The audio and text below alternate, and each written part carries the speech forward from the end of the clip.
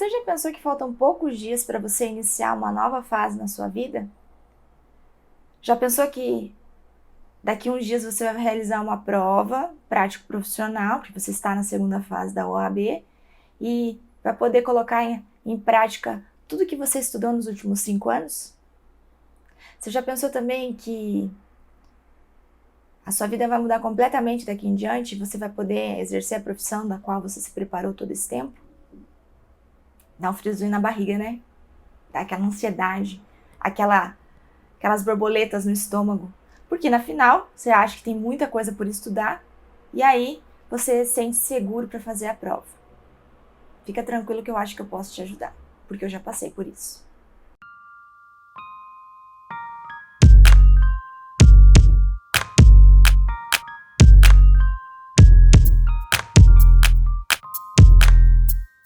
Eu me chamo Kelly Motter, sou professora na prática de processo civil, de direito civil, prática de processo penal.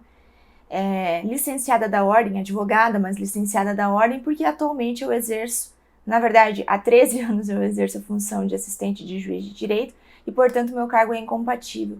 E eu sei exatamente o que você está sentindo porque eu já passei por isso, eu já vivi essa situação.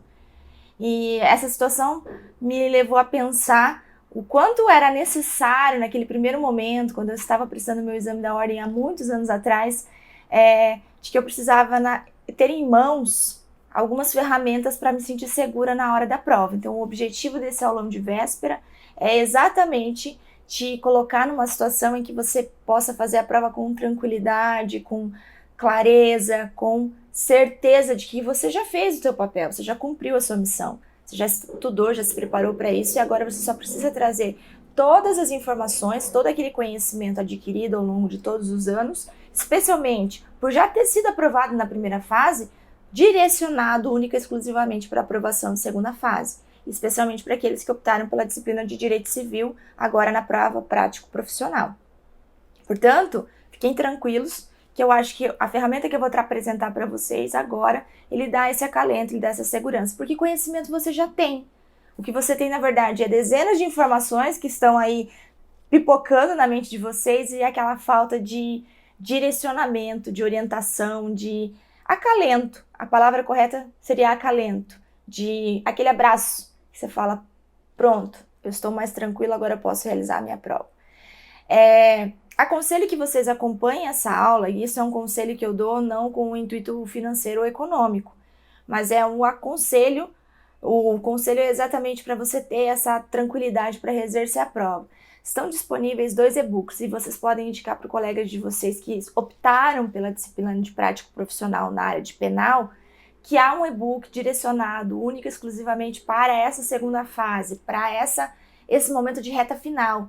É um momento de véspera, não tem tempo de vocês ficarem estudando todas as matérias. A ideia é condensar o conteúdo, é minimizar o sofrimento de vocês com tantas informações e, na sequência, vocês prestarem uma boa prova e serem aprovados com a nota mínima 6, pelo menos. Então, eu garanto que, acompanhando essa aula de véspera, associado aos e-books que já estão disponíveis na plataforma, no link da bio, basta vocês clicarem, vocês já podem, na sequência, prestar a prova, ok? Pois bem, como que vai funcionar esse aulão de véspera? Nesse primeiro momento, vocês vão ter uma compreensão do direito processual civil. A ideia é que vocês compreendam o direito processual civil, para que na compreensão eu já faça um link com as estruturas das principais peças processuais. Nesse aulão de véspera, a gente não tem tempo para indicar para vocês, para demonstrar para vocês todas as peças processuais e alguns detalhes explícitos ou implícitos dessas peças processuais, porque nós estamos preparando um aulão de véspera, tá? O ideal seria vocês terem adquirido o curso de prática de processo civil, acompanhar todas as aulas que também vão ter um conteúdo bem resumido, bem objetivo, bem direcionado, porque nesse momento aqui não adianta a gente ficar estudando 580 páginas de livros, ler todo o Código de Processo Civil, ler todo o Código Civil, ler o Código de Defesa de Consumidor e ainda assistir mais 180 horas aula de véspera para o exame da ordem. A ideia é a gente trazer o conteúdo, direcionar, ser bem objetivo e claro, para que na hora da prova vocês possam aplicar todo o conhecimento que vocês tiveram já nos últimos 5 anos da faculdade. Desse modo, o objetivo aqui é compreender o processo civil, entender o que o examinador procura e já adotar a inclusão das principais peças processuais, as estruturas que elas são necessárias para que vocês adquiram a nota mínima, pelo menos. Eu garanto para vocês que em mãos do e-book disponível e em mãos desse aulão de véspera, na verdade em mãos não, né? Ouvindo esse aulão de véspera, vocês já vão conseguir trazer esse conteúdo e eventualmente aplicá-lo também na vida profissional de vocês, porque assim que aprovado vocês vão ter direito a exercer a profissão de advogado, certo? E depois, na sequência, eu trago algumas dicas imprescindíveis para responder as questões discursivas, ou seja, como analisá-las e como respondê-las, porque a gente precisa disso para também ter um fôlego na questão de atribuição de notas, se eventualmente vocês esquecerem alguns detalhes. Então, questões discursivas são tão importantes quanto a peça processual, e eu tenho algumas dicas bônus para essa reta final, para essa revisão de véspera, nesses últimos dias que vocês precisam para se preparar para o exame da ordem, ok? Nesse contexto, pessoal, a gente precisa entender como a banca se comportou a partir do novo Código de Processo Civil. Houve uma alteração significativa na forma de cobrança e nas peças que foram cobradas pelo examinador, correto? Então, nesse contexto, é ideal que vocês se preocupem com o que tem mais incidência, não deixando de lado o que não tem. Lembrando, estamos fazendo um aulão de véspera, um curso de véspera, uma aula do dia D, certo? Isso aqui não é uma aula completa. Vai ter um curso disponível logo menos de processo civil, direcionados a estudar todas as peças que já incidiram na OAB FGV, ok? Porém, por ser um aulão de véspera, eu priorizei o que a banca tem adotado ou como a banca tem se comportado desde a edição do novo Código de Processo Civil. Como vocês podem ver, nesse segundo slide, nós temos aqui que nos últimos anos a banca passou a cobrar, petições iniciais, essencialmente com maior frequência os embargos de terceiro, depois ação de consignação em pagamento e ação de reintegração de posse. O que eu quero demonstrar para vocês? Que atualmente a banca se comporta requerendo um entendimento de procedimentos especiais. Não deixam de ser petições iniciais, que vão respeitar o artigo 319 do Código de Processo Civil, porém, seguindo um rito procedimental especial, que são as ações de procedimentos especiais, artigos correspondentes à ação de consignação em pagamento, artigos correspondentes à ação de reintegração de posse, artigos correspondentes aos embargos de terceiro. Mais incidente ainda, embargos de terceiro, ok? Então, o que vocês precisam compreender? A banca costuma cobrar petições iniciais de procedimentos especiais. O meu conselho para essa revisão de véspera: manuseiem o vade-mecum de vocês, ok? Façam uso dele e abram os artigos correspondentes às peças processuais de procedimento especial, como, por exemplo, a ação de consignação em pagamento, e façam grifos nessas petições, certo? Eu aqui abri qualquer artigo, mas para vocês terem referências, façam grifos. Quem não tem marca-texto, né, para vocês pintarem de cores diferentes, eu sugiro vocês adotarem o lápis de cor. Então, ação de consignação em pagamento eu vou pintar de verdinho, ação de reintegração de posse ou ações possessórias eu vou pintar de azulzinho, e assim sucessivamente. Lembrando que petições de procedimentos especiais vão respeitar a lógica do artigo 319. Artigo 319 do Código de Processo Civil necessariamente precisa estar grifado com qualquer ferramenta que vocês tiverem em mãos. Porque o examinador permite que vocês grifem o vade-mecum de vocês. Apenas grifos, tá? Marca-texto, lápis de cor. Vocês não podem fazer anotações, senão eles vão retirar de vocês o vade-mecum, e aí você corre o risco de fazer a prova sem esse dispositivo, sem esse instrumento que é tão necessário. Depois, na sequência, como que o examinador se comporta? Ele também traz bastante incidência no agravo de instrumento. Como peça processual, o agravo de instrumento foi cobrado apenas 2 vezes. Ocorre, entretanto, que essa exigência de agravo de instrumento não se limita só às peças processuais. Ele se limita também às questões discursivas. Então, eu garanto para vocês que agravo de instrumento vai incidir na prova prática profissional de vocês. Se não como peça processual, como questões discursivas. Então, vocês precisam necessariamente ter conhecimento sobre agravio de instrumento e as suas peculiaridades, que nós vamos abordar nesse aulão de véspera também. Temos contestação, e a contestação não vem sozinha, ela vem associada com um contra-ataque, que é a reconvenção. Nós temos também a cobrança, nós temos a cobrança ferrenha, depois do advento do novo Código de Processo Civil, do recurso de apelação. É a peça mais cobrada nos últimos exames da ordem, o recurso de apelação. Tem uma incidência muito alta e, portanto, vocês precisam ter conhecimento. Dando um spoiler para vocês antes da gente começar a estrutura das peças processuais. Recurso de apelação é interposto, a gente usa a expressão interposto, em face de decisões proferidas com base no artigo 485 e com base no artigo 487 do Código de Processo Civil. O que eu sugiro para vocês? Sublinhem os artigos 485, o artigo 487 e o artigo 1009 e 1010 do Código de Processo Civil, sempre com a mesma cor. Se você optar por escolher uma cor como laranja, a peça marca-texto ou lápis de cor laranja, sublinhe esses 4 artigos. 485, 487, 1009 e 1010. Aulão de véspera, lembrem, eu não posso ficar me aprofundando muito nesse conteúdo com vocês. A gente está fazendo aqui a reta final. Portanto, vocês estudem recurso de apelação, porque se ele também não cair como peça prático-profissional, ele tem incidência nas questões discursivas. Teve a incidência de um recurso especial, tá? Até aqui vale uma dica para vocês. Recurso extraordinário não caiu em nenhuma das últimas provas da FGV, em nenhuma delas nos últimos anos. Então não se preocupe muito com o recurso extraordinário, mas sim com o recurso especial. Se ele não for cobrado como como peça processual na prova prático-profissional, ele vai ser cobrado nas questões discursivas.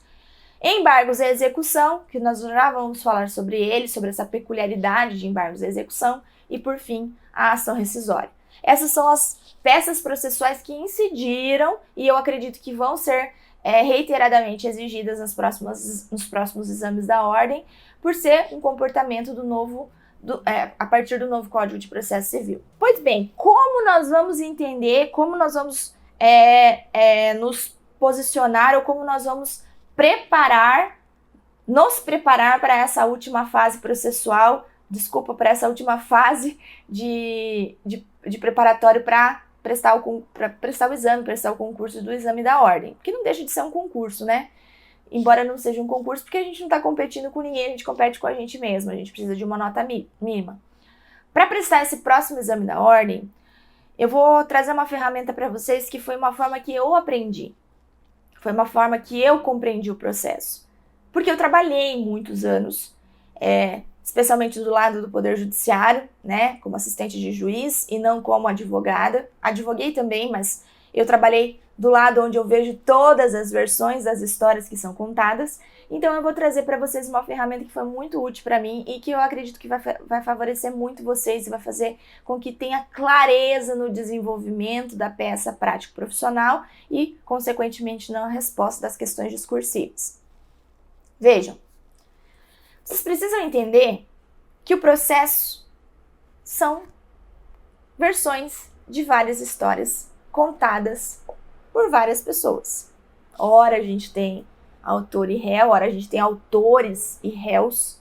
Então, às vezes, a gente tem várias versões de várias histórias. E ele não deixa de ser um livro. Quando eu iniciei a minha carreira, lá nos anos de 2008, nossos processos eles não eram digitais. Aliás, não existiam nem e-books. Se existiam, estavam longe do meu alcance. Nós precisávamos de documentos, papéis físicos. Autos eletrônicos é uma novidade recente, não é tão antiga, não. Então, os processos eles vinham como um livro. Eles chegavam no gabinete do juiz com uma capa. O que é a capa? Vai ter um número esse processo e ele vai ter um nome. Ação de reintegração de posse, ação de indenização por danos morais ou ação reparatória de danos morais e materiais, ação de despejo acumulada com cobrança de aluguéis, ação de consignação em pagamento, embargo de terceiro, execução, e aí vinha um apenso chamado embargos e execução. Então o processo ele vem como um livro. E cada um dos capítulos vão ser peças processuais.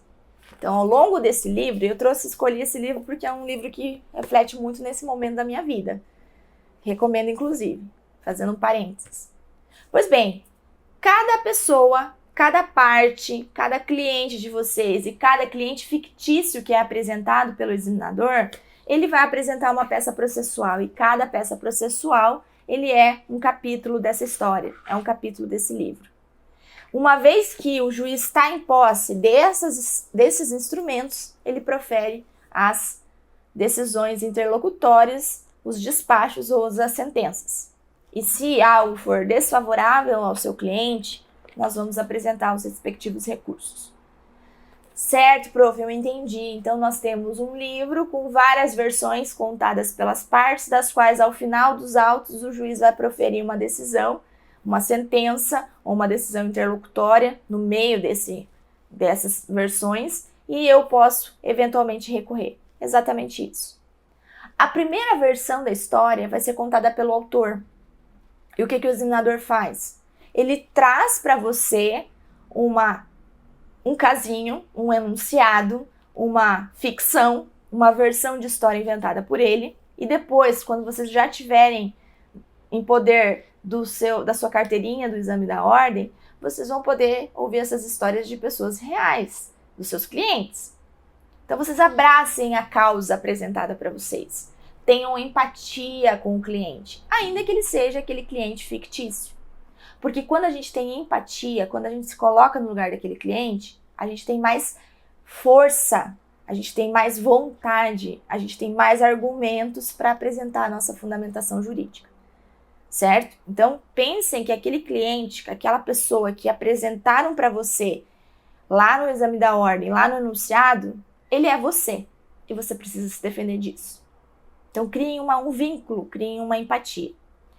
Quando o examinador apresentar para vocês uma situação que demanda um pedido, que demanda o ajuizamento de uma ação, porque a pretensão da parte é reconhecer que um direito dela foi violado ou ainda que ela está sofrendo a ameaça de violação de um direito, nós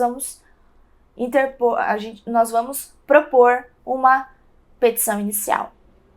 Nesse sentido, vocês podem observar aqui pelo terceiro slide que a estrutura da peça processual de petição inicial ela é constituída por alguns elementos e esses elementos vão ser fixados, atribuídos com base no artigo 319 do Código de Processo Civil.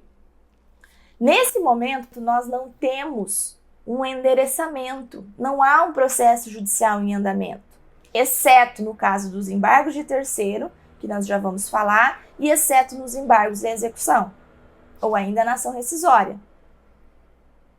Nós temos aqui uma situação, a lesão a algum direito ou a ameaça a algum direito, das quais nós vamos ter que endereçar para um juízo que vai realizar uma distribuição e esse processo vai ganhar um número e ele vai ter prosseguimento num juízo.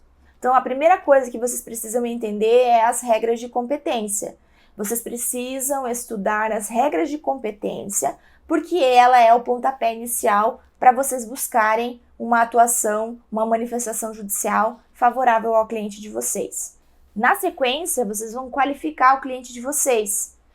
Essa qualificação, ela já está atribuída, ela já está mastigada, ela já está informando toda ela nos termos do artigo 319, inciso 1. Vocês não precisam fugir, não precisam inventar informações, vocês não precisam inventar dados. O próprio legislador traz para vocês o que vocês precisam para qualificar o cliente de vocês. E a peça processual, o enunciado da questão, vai indicar pelo menos o nome desse cliente. Voltem para mim. Vejam, pessoal, eu não vou inventar informações. Ah, o cliente é o Mévio da Silva. Eu vou inventar informações sobre o Mévio? Absolutamente não. Se o meu examinador não me apresentar alguns requisitos, como profissão, o número do CNPJ, como o endereço e o domicílio, nós não vamos inventar essa informação. A minha sugestão é que vocês deixem entre parênteses que vocês sabem que essa informação seria importante para a qualificação, porém o examinador não trouxe. Geralmente o examinador não traz o endereço eletrônico. Então, nesse contexto, vocês não inventam um endereço eletrônico. Ah, eu gostei do Mev da Silva, então vai ser mevdasilva@hotmail.com. Jamais, vocês perdem pontos por isso. Então, vocês não qualifiquem o cliente de vocês além do que o examinador trouxe lá no enunciado da questão. Pode voltar para o slide. Uma vez que eu identifiquei qual que é a pretensão, qual que é a lesão ao direito violado, eu já tenho também os fundamentos para garantir essa petição inicial, para garantir o nome da minha ação e para trazer os fundamentos jurídicos dela. Se for consignação em pagamento, eu vou trazer aqui os artigos correspondentes à consignação em pagamento. Se for uma ação de reintegração de posse, igualmente. Se for um embargo de terceiro, igualmente. Então, eu vou trazer o fundamento jurídico e, na sequência, o nome da ação. E, porém, na sequência, né, e depois eu qualifico o réu, contra quem eu promovo a ação correspondente. Quem é o réu? Da mesma forma, a qualificação do réu vai respeitar o artigo 319 do Código de Processo Civil, e aí eu não invento informações. Eu trago o que o examinador apresentou para mim no enunciado, certo? Pode voltar para mim. E aí, prof? Já qualifiquei, já identifiquei a peça, já sei que é uma ação de procedimento especial ou ainda uma petição inicial simples, de procedimento comum. E aí, o que eu preciso fazer? Vocês têm 3 tópicos que são extremamente importantes e necessários. Aqui é para preparação para o exame da ordem. Na vida profissional prática de vocês, no dia a dia como advogados, vocês vão ter liberdade para desenvolver a peça conforme a forma de escrita de vocês, conforme a redação de vocês. Mas para peça processual, o indicado é que nós subdividamos. Olha que palavra diferente! Para que nós possamos subdividir os 3 tópicos para, eventualmente, se eu tiver algum equívoco ao longo da minha petição inicial, eu possa recorrer com tranquilidade para o examinador lá numa fase recursal, se for necessário, que eu acredito que não vai ser necessário, porque vocês vão ser aprovados, ok? Então, como a gente subdivide? Primeiro tópico, fatos. O que eu relato nos fatos, prof? O que está no enunciado do examinador. Eu não fujo desse enunciado. Eu sempre recomendo para os meus alunos que eles façam a copia e cola daqueles fatos narrados na própria enunciado da questão, o que é eventualmente necessário. Fulano precisou efetuar o pagamento da quantia de X, fez o depósito bancário, porém o Y se recusou de maneira imotivada a receber. Eu quero ajuizar uma ação de consignação em pagamento por eu me ver livre dessa obrigação de fazer, dessa obrigação de pagar a quantia certa. Então aqui, ó, está depositado em instituição financeira, depositado em juízo, está depositado num local específico, eu quero fazer a entrega da coisa, eu quero fazer a entrega da quantia certa e, portanto, nesse contexto, eu quero me livrar dessa obrigação. Ação de consignação em pagamento. O próprio examinador traz no enunciado os fatos, certo? Então, faça um copia e cola, faça um resumo daqueles fatos e traga no enunciado no tópico fatos, correto? Porém, pessoal, em algumas circunstâncias, antes da gente ir para o segundo tópico, que são os fundamentos jurídicos, nós temos algumas peculiaridades.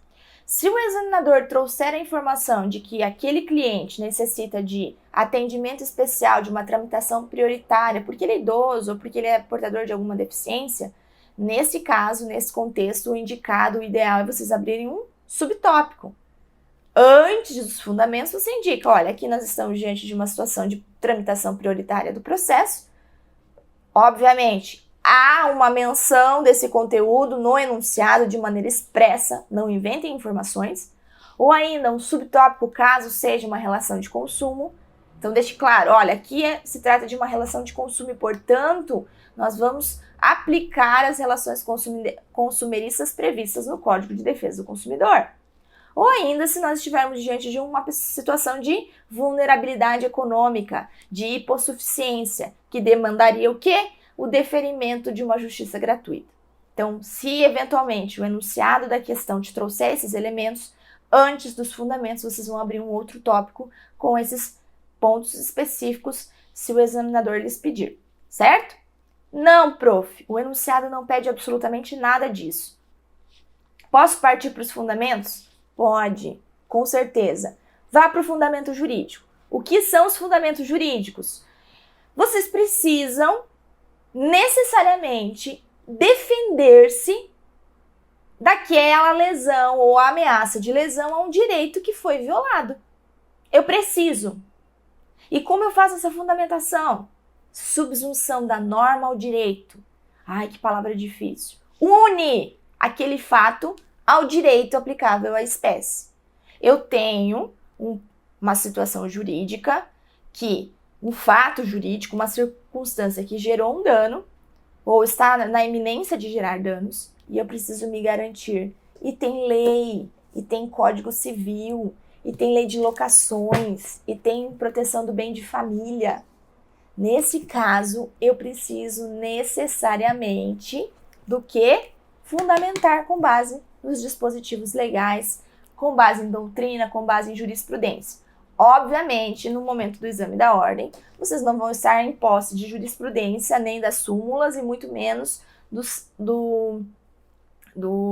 de doutrina para fundamentar a peça de vocês. Então, vocês vão se ater aqui ao vade-mecum de vocês. A depender do vade-mecum, eles têm até a referência da súmula, certo? Às vezes há uma súmula, né, do STJ, do STF, que faz uma menção embaixo do artigo. Então, se vocês tiverem esse vade-mecum que dá essa oportunidade, como, por exemplo, o artigo 146 do Estatuto da Criança e do Adolescente, abri aqui por acaso e percebi, embaixo ele tem vídeo súmula 106 do STJ. Às vezes, vocês têm já o conhecimento sedimentado de um conteúdo sumulado, porém não lembram do número da súmula. Então, vocês podem verificar lá no vade-mecum de vocês se tem essa menção e, na sequência, fundamentar com base no artigo e na súmula correspondente, ok? Mas façam a união. Mencione de maneira resumida novamente aquele fato que foi narrado no enunciado e faça uma união com aquele contexto do artigo correspondente, da súmula, se vocês se recordarem, ou do conteúdo jurisprudencial predominante, porque às vezes, ou presume-se, né, que ao longo dos últimos anos da faculdade vocês já captaram algumas informações que são entendimentos já recorrentes dos tribunais superiores, certo? Então, fundamentem. Essa é a chave para aprovação na peça de vocês. Encontrem uns argumentos jurídicos suficientes para que aquela petição inicial, ao final, seja julgada procedente pelo juiz, ok? Prof, a prof disse que são 3 tópicos, né? Tem o tópico fatos, fundamentos e qual é o terceiro tópico? Pedido. Veja, se vocês não realizarem os pedidos, vocês não têm motivo algum para vocês terem realizado essa peça processual, porque eu preciso pedir. Então, cuidado, o pedido precisa ser muito claro, muito objetivo, direcionado, pontual na pretensão de vocês. Primeiro passo, peça para que aquela petição inicial seja recebida e admitida. Ok, juiz? É assim que a gente fala com o Poder Judiciário? Pode voltar para mim. É assim? Essa forma informal? Claro que não. A gente vai falar bonito. Ai, tem que ser palavras difíceis? Não, claras. Requer da Vossa Excelência seja recebida e admitida a presente petição inicial. Ponto e vírgula. Esse é o primeiro tópico. Recebe, admite, certo? Eu vou escrever certo, prof? Não, você vai dizer requer a Vossa Excelência o recebimento dessa petição inicial e ela seja consequentemente admitida. Item 2. O que a gente pede? Lembrem-se, se dentro da minha petição inicial houve uma situação de perigo de dano ou uma situação de fumaça do bom direito, eu posso fazer o pedido de tutela provisória, lembrem? Então, na sequência, eu vou fazer o pedido de tutela provisória no meu pedido. E se eu fundamentei, claro, ao longo da minha petição inicial, a fumaça do bom direito e o perigo in mora. Olha, se não houver uma decisão interlocutória imediata, eu vou ter prejuízo, eu vou ter um perigo de dano de que meu pedido e da minha pretensão não seja atendida. Então, eu faço o pedido também lá na hora dos pedidos, do tópico pedidos da petição inicial, ok? Se não houve pedido de tutela provisória, a gente pula para as questões envolvendo o pedido de justiça gratuita, eventualmente a tramitação prioritária. Prof, aí a gente pede para julgar procedente o pedido? Ainda não. Por que não? Porque a gente precisa constituir o triângulo processual. Nós precisamos que o réu apresente a sua defesa para que o juiz, na posse dessas informações que eu já trouxe, para que ele avalie a versão do réu e julgue sim procedente o meu pedido. E eu preciso intimá-lo para a audiência de conciliação ou mediação, conforme o novo rito do procedimento comum. Então eu vou fazer um requerimento de citação e intimação para a audiência ser designada pelo juízo de conciliação e mediação. Porque às vezes, volta para mim, porque às vezes a gente tem a possibilidade de, na sequência, realizar um acordo, antes mesmo de um procedimento judicial. Esse acordo vai ter validade? Claro, vai ser homologado em juízo. Mas eu às vezes não preciso ter a oitiva de testemunha, às vezes o próprio réu reconhece o pedido lá na audiência, às vezes a gente acaba abrindo mão de uma pretensão em detrimento da outra e faz um acordo e acaba solucionando o nosso problema, o litígio que deu causa o ajuizamento dessa petição inicial, certo? E aí, por fim, assim que o réu for citado, assim que for designada a audiência e realizada, ou ainda assim que o réu dispensar a audiência, nesse caso a gente vai fazer o pedido de procedência. Basta requerer o pedido de procedência da ação, da petição inicial, prof? Não, vocês precisam justificar. Requer seja essa petição inicial recebida, admitida, o réu citado e ao final seja julgado procedente para o fim em que eu desejo. O fim de que seja reconhecido o pagamento e dado quitação ao débito no caso da consignação em pagamento, para que eu seja reintegrado na posse do meu imóvel no caso da reintegração de posse, para que eu seja indenizado nos casos de indenização por danos materiais e morais. Então, a depender do meu pedido, a depender da minha causa de pedir ao longo da petição inicial, meu pedido precisa ser claro e especificado para o examinador. Não esqueçam também, importantíssimo, ainda que seja implícito, eu quero que o meu julgador condene o réu a pagamento de honorários e custas processuais.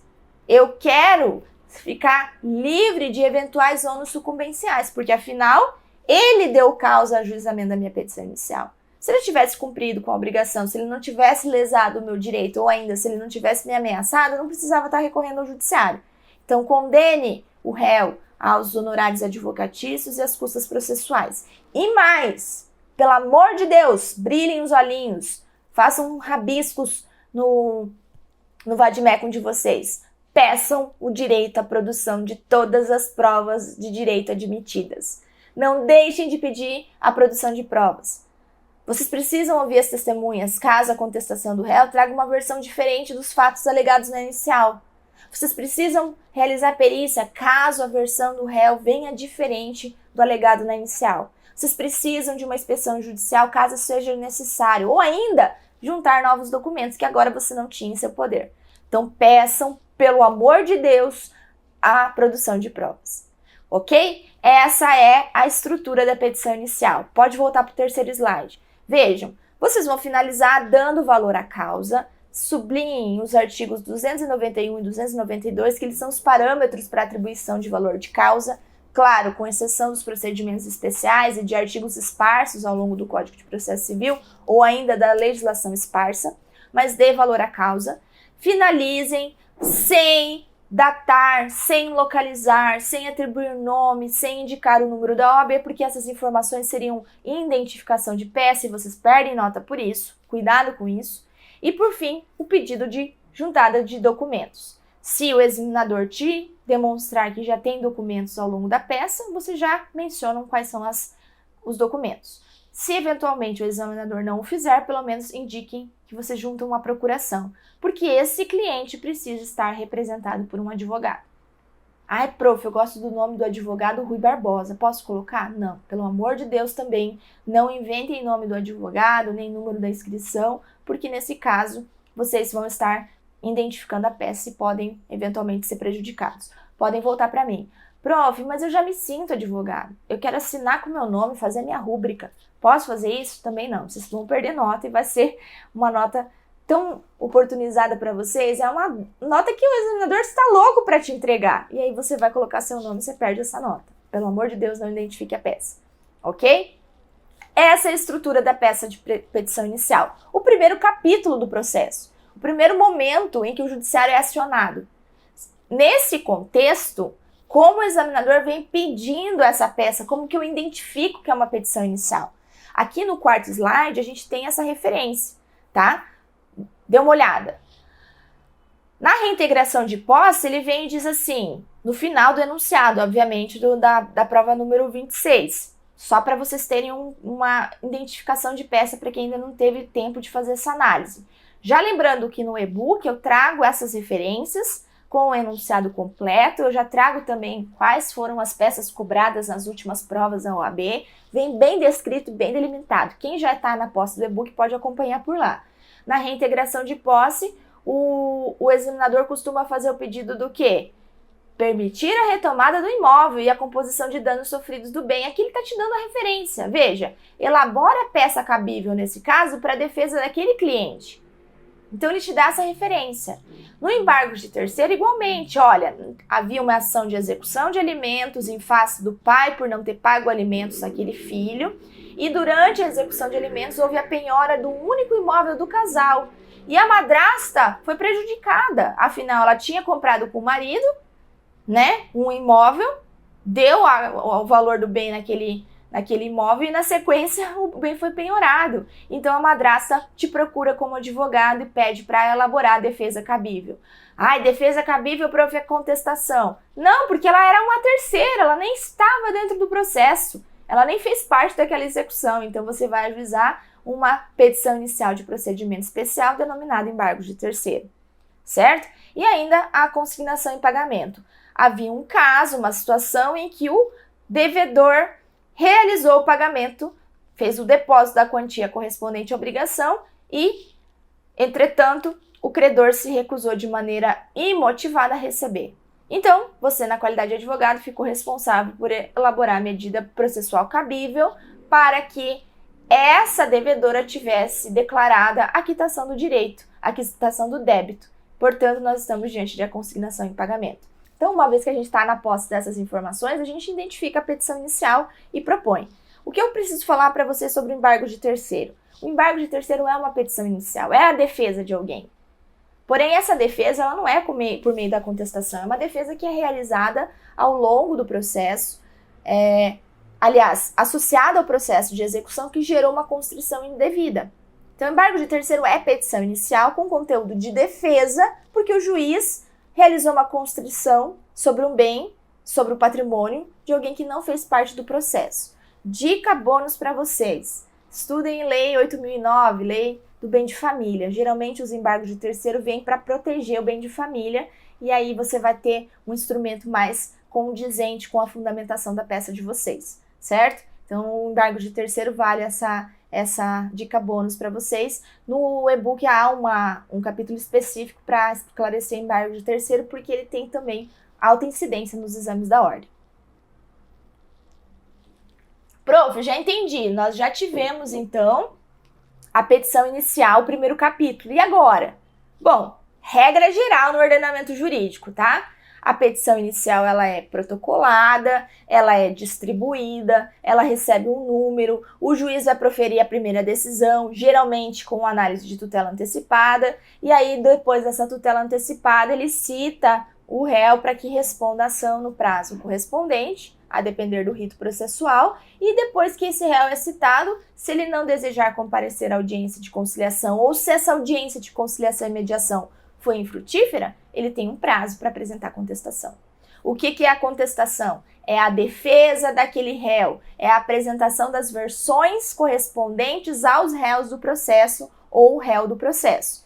Nós vamos chamá-lo de réu, demandado ou ainda de requerido. Depende da descrição que foi usada ao longo da petição inicial. Eu aconselho vocês sempre pensarem no parzinho, né? Se eu falei autor, eu chamo de réu. Se eu falei demandante, eu falo demandado. Se eu chamar de requerente, eu chamo de requerido, tá? Então, vocês escolhem qual é o parzinho, mas ao longo da petição de vocês usem sempre a mesma expressão, sempre o parzinho correspondente. Então, o réu ele vai ter direito à defesa. Como o examinador gosta dessa defesa? Geralmente, nas últimas peças processuais da prova prática profissional da ordem, ele pede para você também contra-atacar. O que é contra-atacar, prof? Eu tenho um direito. Além de eu ter que me defender, eu ainda tenho direito em face daquele autor. Portanto, eu vou apresentar uma reconvenção. Eu vou reconvir, vou usar o mesmo processo, vou ter economia processual, vou ter celeridade, vou agilizar o meu lado. Eu vou apresentar uma reconvenção dentro da minha contestação. E antes do Código de 2015, a gente utilizava essa peça reconvenção de maneira apartada. Ela era uma petição separada do processo, né? Separada no caso da contestação. Ela era uma outra petição dentro do processo judicial. Realizava de maneira autônoma, petição autônoma de reconvenção. Agora não. Agora a gente faz tudo junto, tudo na peça de petição de contestação, certo? E aí nessa peça processual, o que eu preciso? Vejam o slide 5º. Nesse slide a gente consegue observar o seguinte. Primeiro, a gente já sabe o endereçamento, o meu examinador já me deu essa dica, ele já me mencionou lá no enunciado da questão onde está a peça processual. Onde? Qual juízo? Volta para mim. Prof, mas o juiz é incompetente. Eu observei aqui que a competência é absoluta da vara de família e foi proposta a ação na vara civil. Eu já vou endereçar no lugar certo. Não! Ainda que vocês verifiquem que houve o ajuizamento de uma ação ao juízo incompetente, vocês precisam endereçar a contestação para aquele juízo incompetente, para que ele mesmo reconheça a incompetência. Então, vocês vão abrir um tópico da incompetência do juízo, mas vocês vão direcionar a peça ainda que para juízo incompetente, correto? Volta para o slide. Então, nesse contexto, vocês vão endereçar para aquele juízo que recebeu a petição inicial. O examinador costuma já indicar o juízo que recebeu a petição inicial. Depois, na sequência, vocês fazem uma qualificação do seu cliente. Eu aconselho fazer a qualificação da mesma forma que a gente fez na petição inicial, utilizando o artigo 319, inciso 1, porque você vai demonstrar que você tem conhecimento desse conteúdo, vai valorizar a peça de vocês. Lembrem-se, volta para mim, nas petições, nas peças processuais, a gente não peca pelo excesso, a gente peca pela falta. Então, se você colocar elementos a mais que não sejam de identificação da peça, por exemplo, eu qualifiquei novamente o réu, se eu o fizer, eu não estarei perdendo pontos, tá? Eu perderei pontos se faltar. Então, é melhor a gente pecar, nesse caso, exclusivamente no que diz respeito à qualificação do réu, não inventando dados, mas trazendo as menções do que seriam itens para qualificá-lo, a gente vai não estará pecando pela falta, ok? E nem pelo excesso, certo? Aí eu demonstro que eu estou vindo aqui perante o juízo, acompanhado de advogado, devidamente inscrito na ordem, um advogado com endereço profissional localizado, parênteses, endereço, sem identificar o endereço, sem inventar, não vão colocar o endereço de vocês, né? Não vão identificar a peça. Propor, apresentar a contestação com base no artigo 335 ou ainda contestação cumulada com reconvenção em face dos fundamentos que eu passo a expor, tá? Então eu qualifico de uma maneira mais sucinta, porque o autor já foi qualificado na inicial, a apresentar a contestação. O que eu preciso fazer, prof? Volta para o slide. A gente vai apresentar um resumo da inicial, vai indicar como você chegou nesse processo. Na sequência, eu vou indicar, volta para mim, essa parte é importante, hein? A tempestividade. Como assim, prof? Tempestividade. Você precisa demonstrar que a peça é tempestiva, que você está propondo, está apresentando a contestação, seja ela acumulada com reconvenção ou não, no prazo adequado. Para isso, o e-book demonstra bem certinho, eu vou indicar a data do início do prazo, ou seja, quando eu fui citado e quando essa citação foi juntada aos autos, a carta de aviso de recebimento ou o mandado do oficial de justiça, a data que iniciou o prazo. O prazo em dias úteis, não se conta mais em dias corridos. E a data final. Por que eu estou falando de tempestividade? Porque o examinador vai pedir. Geralmente o examinador pede, e isso vai valer para as próximas peças que a gente vai estudar hoje. O examinador vai pedir para vocês, gente, datem a peça do último dia do prazo. Então, vocês já têm um tópico dentro da petição esclarecendo como você fez a contagem do prazo. Isso é breve, isso é sucinto, um parágrafo é suficiente. Fulano foi citado no dia tal, cuja carta de aviso de recebimento foi juntada no mesmo dia aos autos, Tem prazo de 15 dias úteis para apresentar a contestação. Desse modo, a contestação, contando-se o prazo do conteúdo do artigo correspondente, ela se encerra no último dia, qual seja dia X. Porque essa data vai ser juntada no final da petição, no final da peça processual, certo? Então, façam um tópico tempestividade. Na sequência, vocês vão abrir um tópico preliminares. Quais são as preliminares? Infelizmente, eu não consigo descrever todas as preliminares que podem ser arguidas, tá? Essa parte vai ficar para o curso de processo civil, né? Que vai ficar disponível nas plataformas também. Vocês podem acessar pelo link da bio, mas nesse momento vocês vão apresentar todas as preliminares que podem ser arguidas. Posso inventar preliminar, prof? Posso ficar escrevendo, porque eu sou rápido na escrita, não vou ficar me preocupando com as horas da prova prática profissional? Posso apresentar todas as preliminares? Claro que não. Isso é excesso de zelo e precisa ter cabimento a sua preliminar. Então, vocês vão trazer as preliminares compatíveis com aquele enunciado da questão, certo?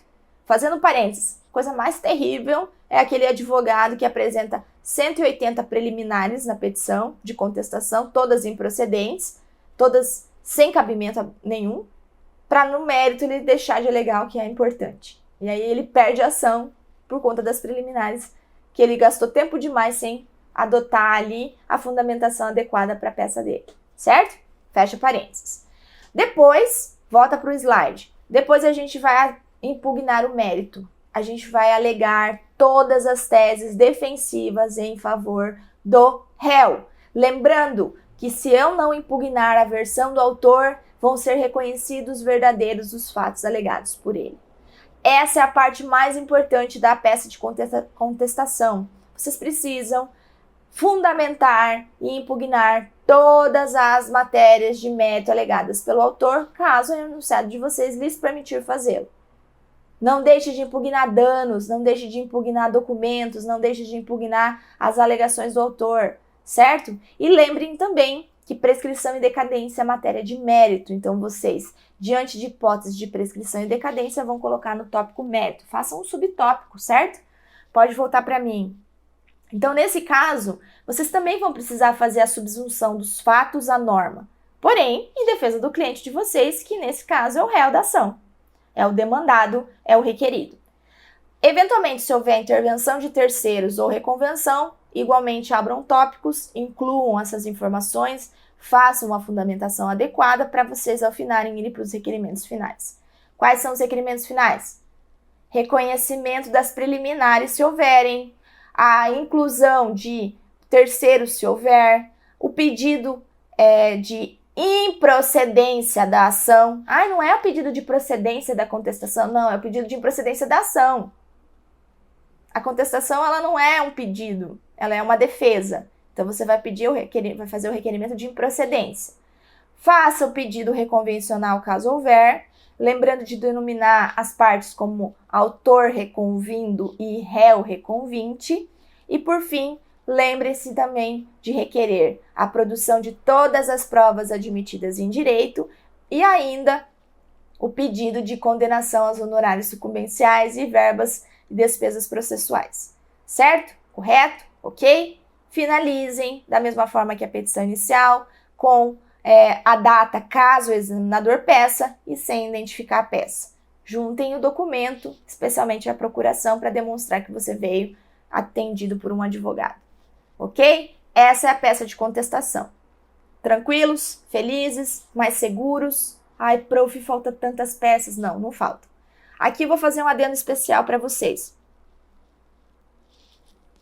Lembra que no início eu comentei sobre o embargos à execução? Pois bem, o embargo à execução também é uma contestação. Ele não deixa de ser uma contestação.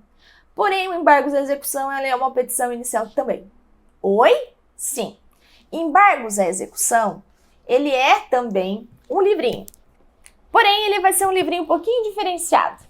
Aqui no embargos à execução, nós vamos ter a seguinte situação. O embargos à execução, ele vai trazer uma execução que vai prosseguir e de maneira autônoma, separada, vem o embargos. A execução vem aqui, a gente faz uma amarração aqui, literalmente na época dos processos físicos, eu vou até fazer um comentário aqui. Na época dos processos físicos, sabe como funcionava? Que agora é tudo digital, tudo eletrônico, tudo bonitão.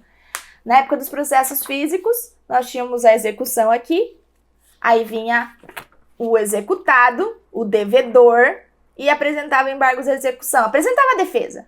Só que por ele ter características de petição inicial também, ter uma natureza jurídica própria, ele vinha, apresentava a defesa dele como uma ação autônoma, separada, e aí a secretaria, o cartório pegava um fio de nylon e amarrava as duas e elas andavam assim pelo fórum, cheio de traça, cheio de poeira, circulando para casa dos advogados, circulando para o gabinete do juízo, circulando para a secretaria, para o cartório. Então ele andava amarradinho.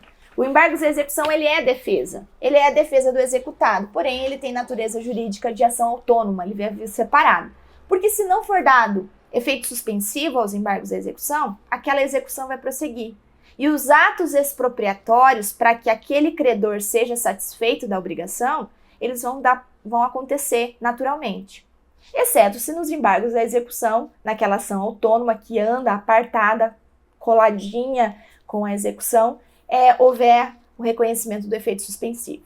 Mas o embargo da execução também é uma contestação, porém com natureza de ação autônoma. A gente precisa qualificar a parte também, a gente precisa trazer o resumo da inicial, a gente precisa demonstrar os requisitos específicos que no e-book eu explico para vocês. Aliás, no e-book eu trago as duas peças, a execução e o embargo da execução, correto? Por isso que eu falei no início que acompanhar essa aula de véspera na posse do e-book vai ser muito mais fácil para vocês de compreender, de concluir esse raciocínio no que diz respeito à prova prático-profissional da OAB, ok? Como que vem sendo cobrada a execução?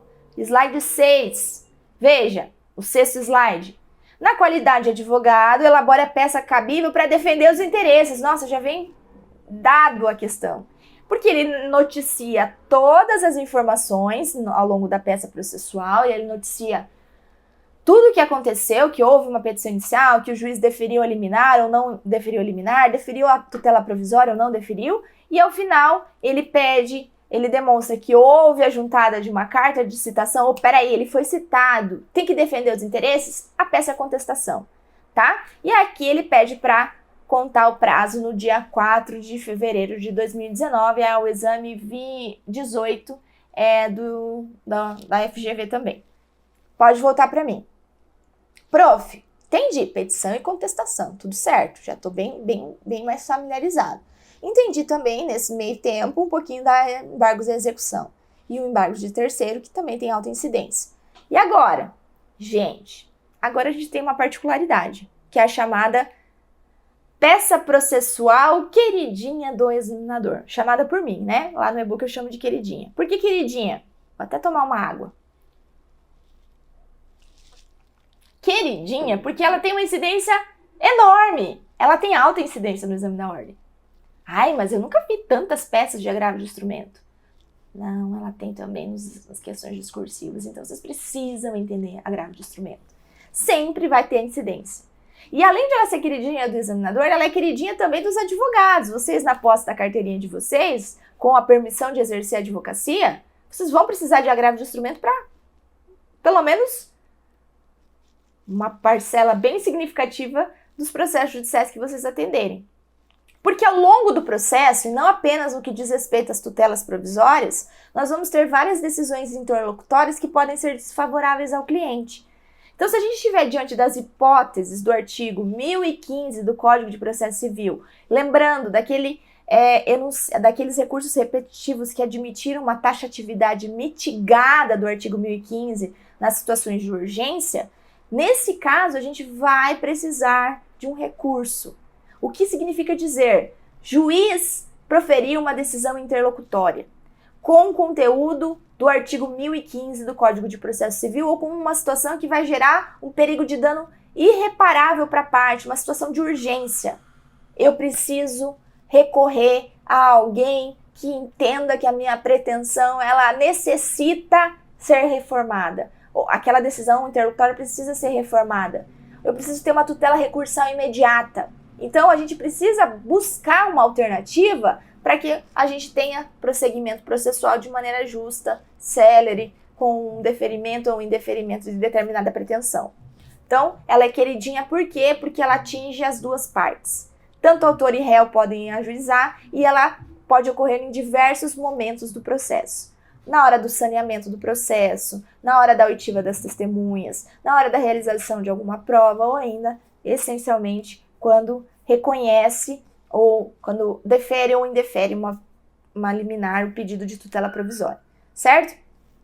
No e-book eu explico com mais clareza e nas aulas também do curso completo, do programa completo de prática de processo civil, também a gente vai se aprofundar muito mais. Lembrando que a gente está numa aula de véspera, um aulão que antecede os últimos dias preparatórios para o exame da ordem, então eu não vou me aprofundar muito, tá? Inclusive não vou explicar quais são as hipóteses de cabimento do agravo de instrumento e nem como se explica essa questão envolvendo a taxatividade mitigada.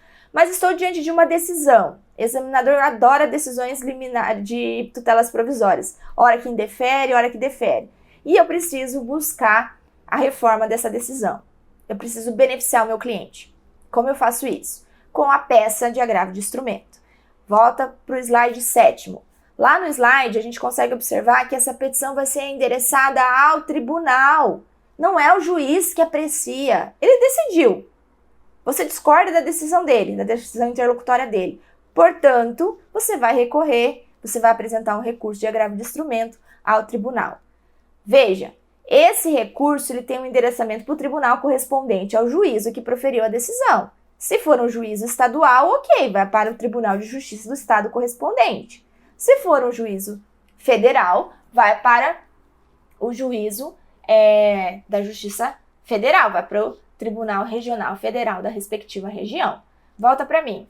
Então, a gente vai precisar também qualificar o agravante, demonstrar que esse agravante ele está sendo acompanhado por um advogado, que ele foi proferida uma decisão da qual ele está inconformado. Essa decisão foi proferida nos autos respectivos, e aí se houver essa indicação lá no enunciado, vocês vão mencionar. Em face do agravado. É em face do juiz? Não. É em face da outra parte que se viu favorecida com aquela decisão interlocutória, correto? Então, nesse contexto, vocês vão precisar endereçar e qualificar de acordo com o enunciado da questão e demonstrar quais são os fundamentos desse recurso. Basicamente, nos termos do artigo 1015 do Código de Processo Civil e respectivo inciso. Também na aula no programa, no curso de prática de processo civil disponível para vocês, na sequência, esse curso completo, que tem mais tempo, que ele é de conteúdo mais abrangente, eu vou explicar a diferença do pedido de tutela recursal ou do pedido de efeito suspensivo. Mas, em resumo, o pedido de tutela recursal é que o tribunal já aprecia o teu pedido e já desde já adiante os efeitos da decisão, ou ainda que ele suspenda a decisão do juízo de primeiro grau. Certo? Eu relato na minha petição de agravo o que aconteceu ao longo do processo, faço a transcrição da decisão, ou pelo menos do dispositivo daquela decisão interlocutória, e na sequência eu trago a mesma regrinha que eu demonstrei lá na minha contestação, a tempestividade do recurso. Por quê, prof? Porque o examinador adora fazer o pedido de que você date o seu recurso no último dia do prazo. Então, você vai contar a data do início, o transcurso do prazo de 15 dias, que é a regra geral para os recursos, exceto embargo de declaração, e depois eu trago aqui o conteúdo do recurso, a data do último dia do prazo para interposição do recurso sob pena de preclusão, certo? Depois eu demonstro que aquele recurso é cabível naquela situação, depois eu trago, por fim, as razões de reforma. Quais são as razões de reforma? Vocês precisam necessariamente apresentar todas as razões da necessidade de reforma daquela decisão do juízo de primeiro grau e os motivos pelas quais ela precisa ser reformada.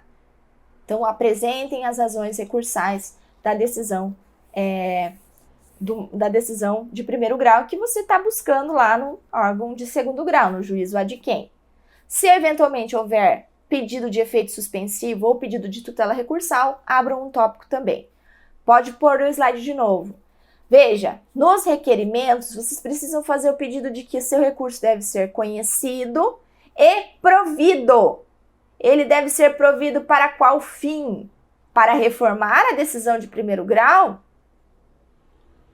Para mudar ela para qual fim? Qual o objetivo? Para concessão da tutela antecipada? Para concessão de efeito suspensivo para determinada decisão judicial? Ou ainda, para concessão do benefício da justiça gratuita? Certo? E se for um pedido de efeitos de gratuidade de justiça, não faz sentido eu fazer também o requerimento em segundo grau? Porque senão eu vou ter que fazer o pagamento das custas processuais, o preparo do recurso. Correto? Então, vocês precisam demonstrar qual é o fim, qual é a razão de ser da existência do seu recurso de agravo de instrumento. Volta para mim.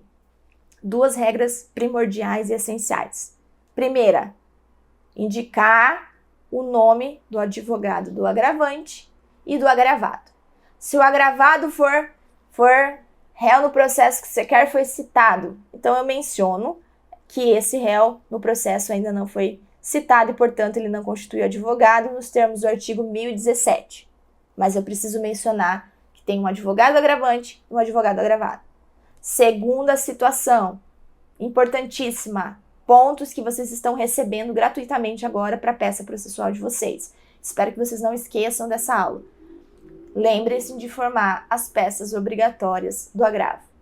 Como eu menciono, transcreve o conteúdo do artigo 1017 do Código de Processo Civil, inciso 1. Petição inicial, contestação se houver, decisão agravada, intimação da decisão agravada e sequência. Então, não deixem de mencionar nome do advogado agravante, nome do advogado agravado se houver, e se não houver, diga que ele não tem, e ainda as peças obrigatórias. Precisa dessas peças. Por quê? A lógica é que antes nós tínhamos um processo físico, o papelzinho. E aí, o processo principal, aquela petição inicial, aquela contestação, ficava aqui com o juizinho. O juiz da cidade de Cascavel, cidade de Curitiba, cidade de São Paulo. Porém, quando eu agravava, eu mandava o agravo para o tribunal correspondente, Tribunal de Justiça do Paraná, Tribunal de Justiça do Mato Grosso, Tribunal de Justiça do Pará. Entretanto, o tribunal recebia só a peça de agravo e não sabia o que estava acontecendo? Não. A gente precisava juntar o quê? As peças necessárias do processo principal para que o tribunal correspondente soubesse do que se tratava. Hoje, com os autos eletrônicos, não é necessário juntar essas peças, mas a gente precisa responder o examinador à altura e a gente precisa ser aprovado na ordem. Por que nos autos eletrônicos não precisa mais, prof? Porque o Tribunal de Justiça clica num botãozinho lá no processo de agravo de instrumento, no recurso, e ele consegue ter acesso ao processo da origem, tá? Então, antigamente precisava, essas peças obrigatórias são dispensadas hoje. Eu aconselho vocês demonstrarem quais são as peças obrigatórias ou mencionarem. Os autos tramitam em sede de juízo digital, eletrônicos e, portanto, as peças obrigatórias seguem acompanhadas. Porém, não há menção pelo examinador lá no enunciado. Então, a gente não pode informar dados, inventar dados. Como a gente não sabe, melhor precaver do que remediar depois. Então, juntem as peças obrigatórias, certo? Porque a gente não sabe, o enunciado não diz, esses autos tramitaram eletronicamente. Não sabemos? Por não saber, é melhor mencionar, certo? E finalizem datando do último dia do prazo, eventualmente, se houver essa previsão lá no enunciado da questão. Alunos, deem mais uma olhada na estrutura da peça processual de agravo de instrumento. Esses slides não ficam disponíveis para vocês. Estão todas essas peças disponíveis no e-book, também associado ao link da bio, que vocês podem acessar e adquirir com tranquilidade, com facilidade também, certo? Visto a peça de agravo, nós vamos ver a sequência, o slide 8, o 8º slide, que é como o examinador vem cobrando a peça de agravo. Ele vem cobrando da seguinte forma: na referida decisão, negou o pedido de tutela antecipada, apresente agora a peça cabível para a defesa dos interesses do seu cliente. Gente, negou tutela antecipada, apresento a peça compatível e ainda vou datar ela com o último dia do prazo, agravo de instrumento. Artigo 1015. O outro exame, na sequência, foi o exame 20 e 22. A mesma coisa. Elabore o recurso cabível para impugnar a decisão que deferiu a tutela antecipada. Então, o examinador gosta muito da peça, pode voltar para mim, o examinador gosta muito do recurso de agravo de instrumento. Geralmente, esse agravo de instrumento vem por conta de decisões de tutela provisória.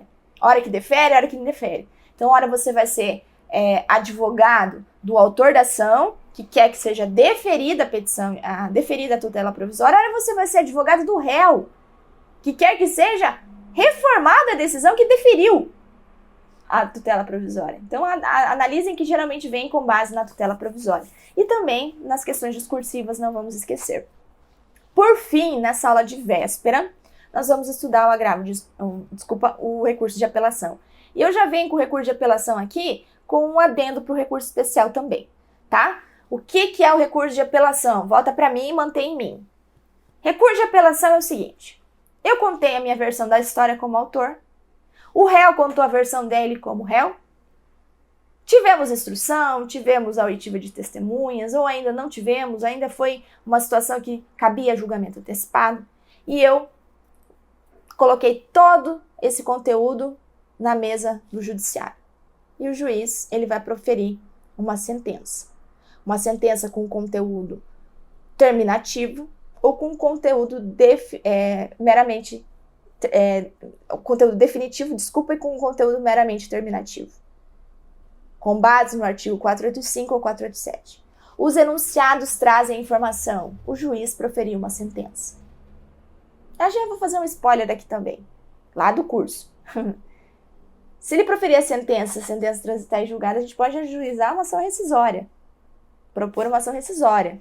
Respondendo ali, inclusive, os termos, concluindo ou estruturando com base na petição inicial. O e-book também fala sobre isso. Mas não, ele proferiu sentença, não admitiu ou admitiu embargos de declaração e depois, na sequência, eu estou inconformado, eu estou indignado com essa sentença. Eu não queria que essa decisão chegasse a esse ponto. Eu quero reformar essa sentença. Eu quero que o juiz entenda que a minha versão da história faz mais sentido, porque eu tenho direito. Ele fugiu completamente das normas processuais civis, ele fugiu completamente da fundamentação adequada, ele aplicou outro direito à espécie. Eu tenho direito, eu quero que essa sentença seja reformada, eu não me conformo com ela. Eu vou recorrer ao chefe do juiz. É igual a gente ir numa loja, está inconformado com o valor de um produto ou com uma situação no atendimento do vendedor, a gente chama o gerente. Aí o gerente não consegue resolver, a gente chama o chefe, que era o dono da loja. Ok? Então, o recurso de apelação ele tem esse objetivo: recorrer da sentença proferida com base no artigo 485 e 487. No curso a gente explica o que é sentença, explica quais são as hipóteses de sentença, qual a diferença da 485 para 487, enfim. Porém, aqui, revisão de véspera, jogo rápido, vamos resolver a situação. Proferida a sentença, e eu estando inconformado com essa sentença, não concordando com os fundamentos dela, a primeira coisa que eu preciso fazer, e lembrem-se, tudo junto, tudo no mesmo momento, sob pena de preclusão, eu vou vir aqui com uma petição de interposição. Juiz, estou inconformado. Não quero essa sentença. Eu estou recorrendo a seu chefe, estou só te avisando. Você faça o favor para mim? Chama o apelado para apresentar as razões dele e depois manda esse processo para o tribunal. É isso. Petição de interposição. Você só vai comunicar ao juiz que você está recorrendo porque você está inconformado com aquela sentença proferida. Mas para isso, eu preciso formar aquele triângulo processual. Eu preciso que o apelado apresente as respostas dele, a contrarrazão, e eu preciso que esse processo seja encaminhado para o tribunal. Quem faz o encaminhamento é o juiz. Não é eu que apelei, é o juiz. Há algumas hipóteses, claro, umas hipóteses de exceção, que é o pedido de retratação, o juízo de retratação, como, por exemplo, o indeferimento liminar da petição inicial, ou ainda o reconhecimento da ação sem a citação do réu, ou, por fim, as causas que envolvem crianças e adolescentes. Nesses casos, a gente vai abrir um parágrafo pedindo que o juízo exerça a retratação. No e-book eu explico para vocês as hipóteses e no curso também eu vou explicar completamente essas hipóteses. Aqui, rapideza, ligeireza. Pressa, revisão de véspera. Faltam poucos dias para a sua prova final dos últimos 5 anos de faculdade, né? A sua prova definitiva, para você poder exercer a profissão com tranquilidade, ou pelo menos para você ter a sua carteirinha da ordem e não se preocupar mais com isso, ok? Independente do fim, é a sua prova final. Nesse caso, nós vamos interpor para o juízo de origem, aquele que proferiu a sentença. Vou qualificar apelante, vou qualificar apelado, vou identificar qual ação e qual sentença eu estou, e qual decisão, né, qual ato judicial eu estou recorrendo. Vou pedir para que seja intimado a parte para contrarrazões, para formar o triangulinho, e vou fazer o pedido de remessa para o tribunal. Faço a assinatura no nome do advogado. É a minha rúbrica, prof? Não identifica a sua peça. E aí, na sequência, ao mesmo tempo, logo após, eu apresento aqui as razões de apelação. São 2 peças numa peça. Lembrem-se, não podemos fazê-las de modo separado, sob pena de preclusão, sob pena de eu perder o direito. Petição de interposição, eu endereço para o juízo que proferiu a sentença, eu identifico as partes do processo, quem está apelando e quem vai ser o apelado, indico os fundamentos do meu recurso de apelação, peço para que seja realizada a intimação da parte contrária para apresentar contrarrazões e, na sequência, esse processo seja remetido ao Tribunal de Justiça do Estado correspondente, se Justiça Estadual, ou ao Tribunal Regional Federal, se Justiça Federal. Depois, na sequência, eu apresento as razões de apelação. Pode voltar para mim. Nas razões de apelação, a minha sugestão é, se vocês tiverem segurança, né? Não é uma obrigação, não é uma regra. Façam uma folha diferente daquela que você fez em petição de interposição. Aí vocês vão escrever lá, bem grandão, caixa alta, razões de apelação. Eu vou fazer uma brincadeira aqui, mas a gente sabe que é apenas uma brincadeira. Pensem que os desembargadores, eles já passaram pela carreira de juiz de primeira instância, numa comarca inicial, depois ele foi para uma comarca intermediária, depois ele foi para uma comarca de entrância final, ele precisou alguns anos para poder chegar ao fim da carreira, que é ser desembargador. Então, o desembargador, ele tá mais velhinho. Não sei se em idade, tá? Mas a gente vai fazer uma analogia. Então, escreva bem grandão. Razões de apelação. Desembargador, essa é para você analisar. Apelante sou eu. Apelado é a parte contrária. Pode ser o autor ou o réu. O juízo de origem é a cidade tal. É a subseção tal, se for Justiça Federal. E eu vou tratá-los com o digno respeito. Assim como eu chamo o juiz de excelentíssimo, eu vou chamar o egrégio tribunal, os eméritos julgadores, os ilustríssimos julgadores, para apreciar as minhas razões de apelação. Faço um resumo do processo, de todo como foi o trâmite processual e da sentença que eu pretendo recorrer. De maneira breve, sucinta.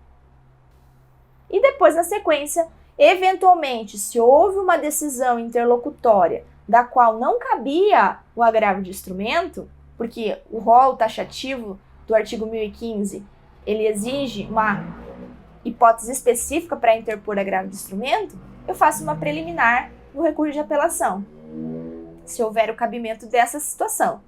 Se não for o caso, eu vou direto para hipótese de cabimento e tempestividade. Hipótese de cabimento é dizer, olha, foi proferida uma sentença, essa sentença ela foi desfavorável a mim em tais aspectos e, nesse caso, admite-se o recurso de apelação. Base artigo 1009 e 1010. E depois eu faço também um parágrafo a respeito da tempestividade, como eu já vinha fazendo na contestação, como eu já vinha fazendo no agravo de instrumento. Porque o examinador quer o quê? No final, que você date a sua peça do último dia do prazo. Correto? Na sequência, vocês vão apresentar as razões de reforma da sentença, justifiquem, esclareçam, tragam ferramentas para que os desembargadores compreendam que, de fato, o juiz de primeiro grau, ele se equivocou, o juiz Acosta se equivocou. Sempre com respeito, com formalismo, com clareza, com objetividade, mas sem deixar de tratar o juiz de primeiro grau com respeito. Houve um equívoco, houve um entendimento diferente do que vem entendendo os tribunais superiores. A jurisprudência entende dessa forma. Foi contrário ao entendimento jurisprudencial, foi contrário ao entendimento das normas jurídicas. Você não vai ofender o juiz de primeiro grau. Porque ele tem direito, ele tem legitimidade, inclusive, para entender as provas da forma com que ele quiser. Mas você vem e esclarece com empatia, com respeito, a forma que a sentença deveria ter sido proferida. E peça para que o tribunal reforme aquela sentença. Ou ainda anule, para que ela volte para o juízo de primeiro grau e realize os fins específicos. Correto? Então essa é a ideia da sentença, do recurso de apelação, me desculpe. Por fim, vocês vão fazer o pedido. Qual é o pedido? O pedido de reforma dessa sentença. Requer seja o recurso recebido, processado e, ao final, seja conhecido e provido. A expressão é conhecido e provido. Para, ao final, a sentença ser reformada, para qual fim? Seja o réu condenado à indenização por danos morais, seja o réu condenado a não fazer tal obrigação, seja o autor, seja a ação, a petição inicial seja julgada improcedente e o réu seja liberado da obrigação. Enfim, vocês vão observar qual é o objetivo daquele pedido.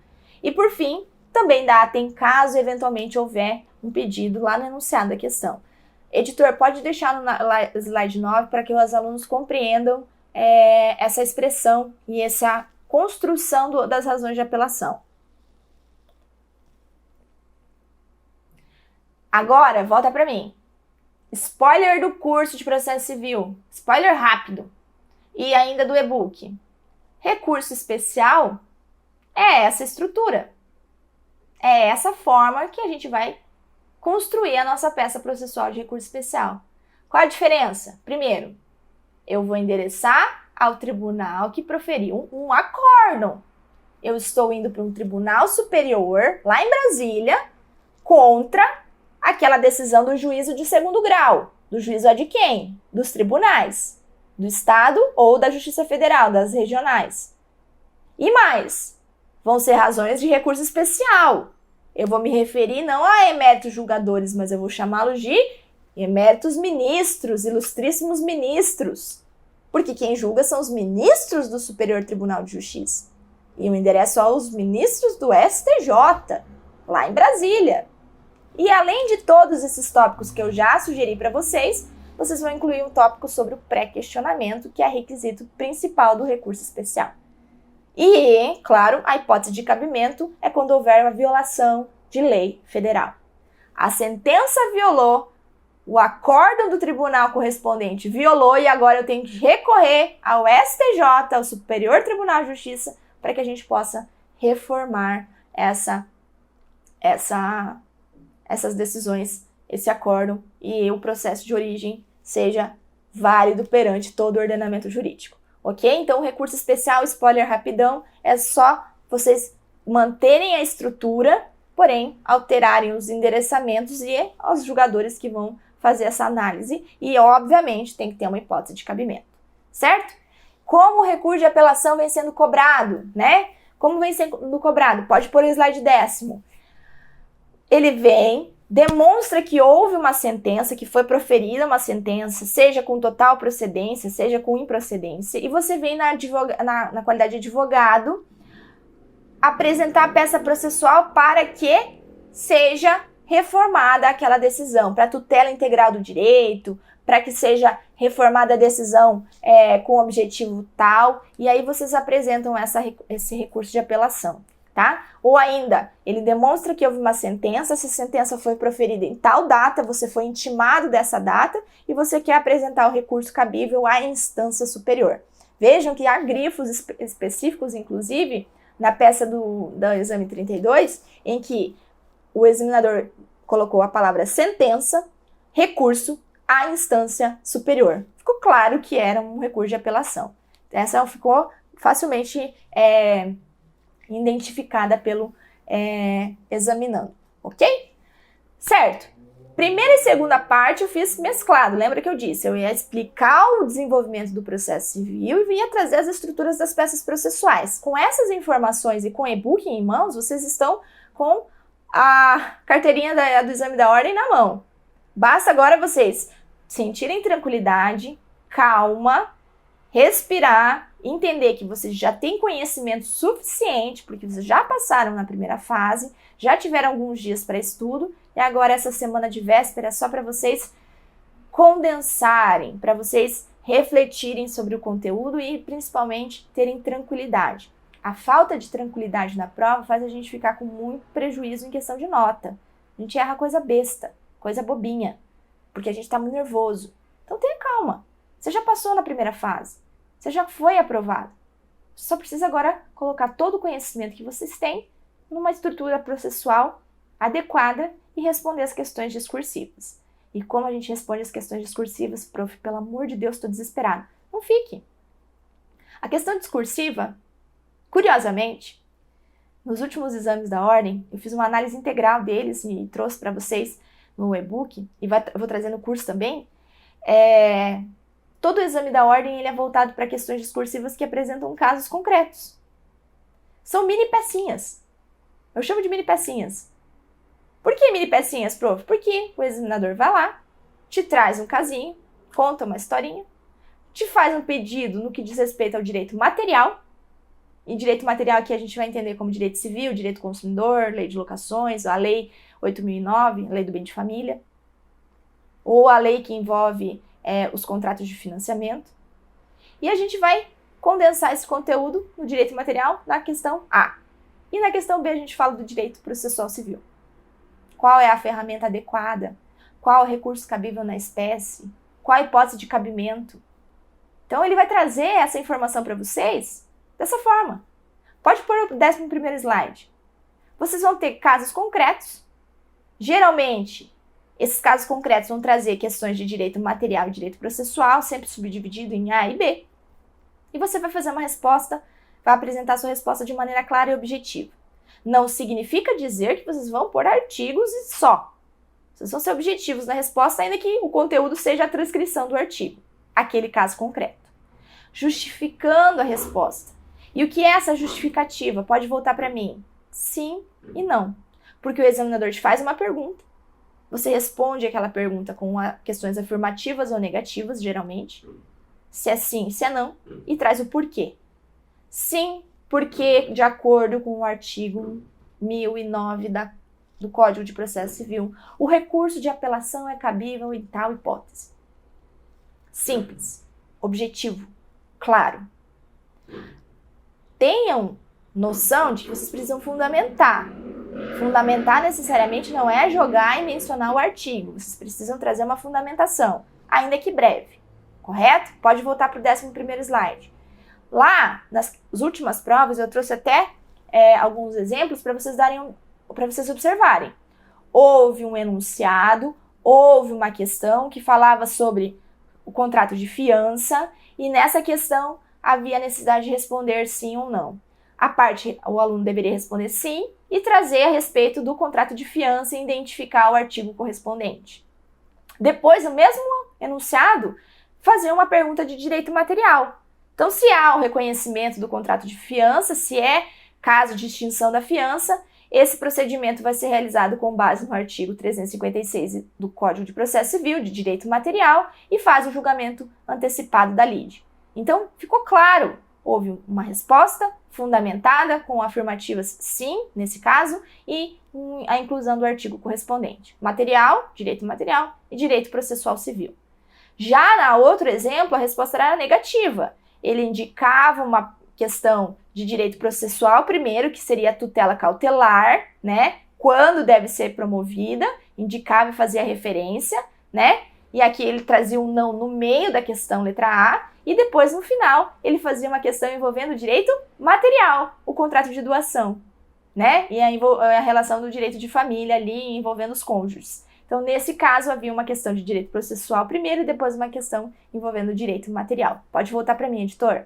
Então, vejam, a resposta é clara, objetiva, simples, poucas linhas, bem fundamentada, bem pontual, indicando o dispositivo correspondente. Direito material, direito civil ou direito consumidor, direito processual civil, Código de Processo Civil, ok? Então, isso é assim que se responde as questões discursivas. Então, tenham a noção também do tempo da prova. Não desconsidere que vocês precisam reelaborar toda uma peça, fundamentá-la, e vocês precisam elaborar e responder as questões discursivas. Elas compõem a nota, tá?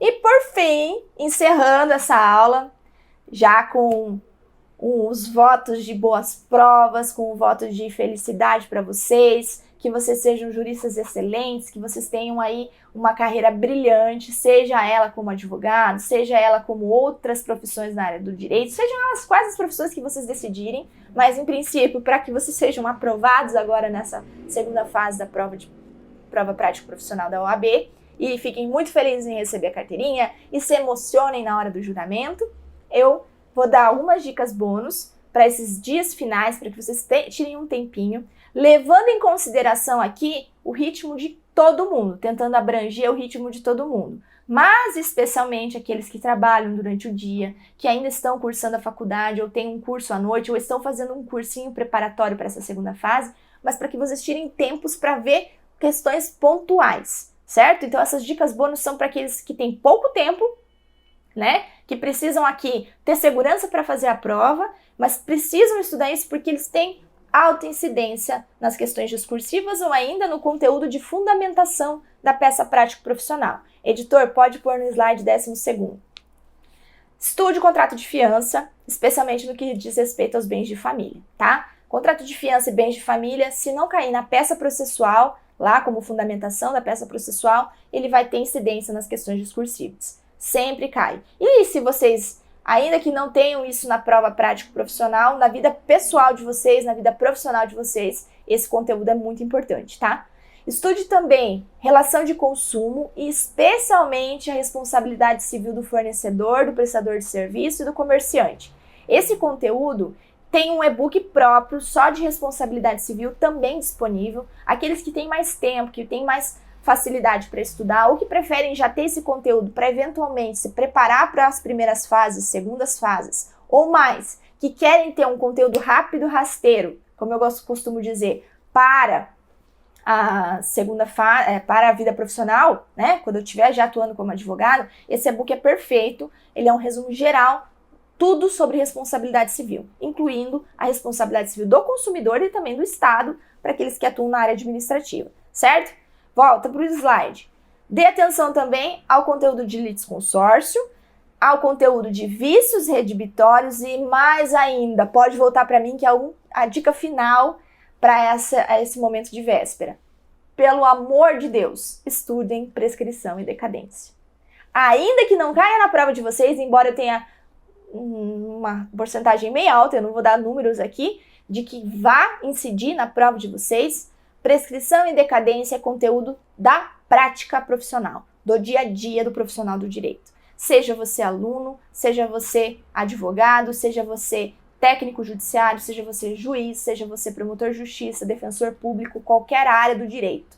Você precisa entender prescrição e decadência. E mais, seja você um leigo no assunto, prescrição e decadência é extremamente importante para você garantir seus direitos. Seja na hora de você exigir do judiciário uma manifestação, seja a hora de você procurar ter o próprio direito, sob pena de perdê-lo pelo não exercício. Então, o decurso do tempo, ele é fato jurídico e ele é refletido na prescrição e decadência. Então, estudem isso. Quem tem momentos mais longos de véspera, vale a pena adquirir o e-book de responsabilidade civil, vale a pena, ainda que você não tenha tempo, adquirir o e-book de prática de processo civil, e eu já aproveito para fazer aqui uma dica para vocês indicarem para os colegas que optaram pela disciplina de direito penal. Da mesma forma que eu fiz essa revisão de véspera em civil, há um e-book preparatório para a véspera na área de direito penal.